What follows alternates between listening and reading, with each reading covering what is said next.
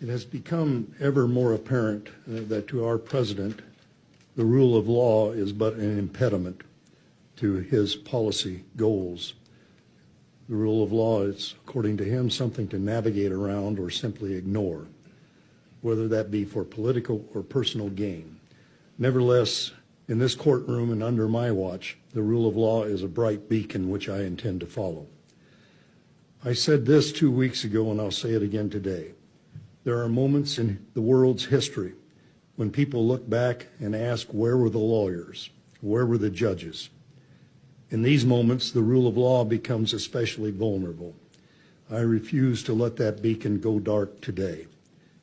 As a judge, my job is not only to uphold the law, but to protect the rule of law itself.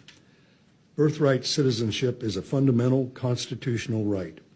The 14th Amendment secures the blessings of liberty to our posterity by bestowing on all those born in the United States and subject to its jurisdiction the rights of citizenship. We are all citizens subject to the rule of law.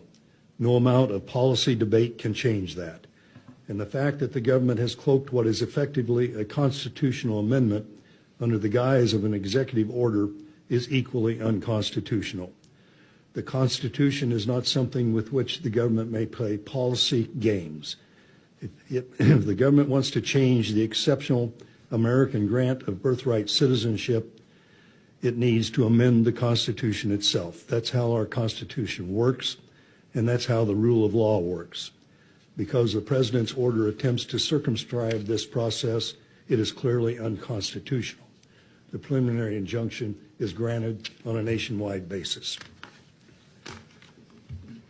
And I'm signing the preliminary injunction.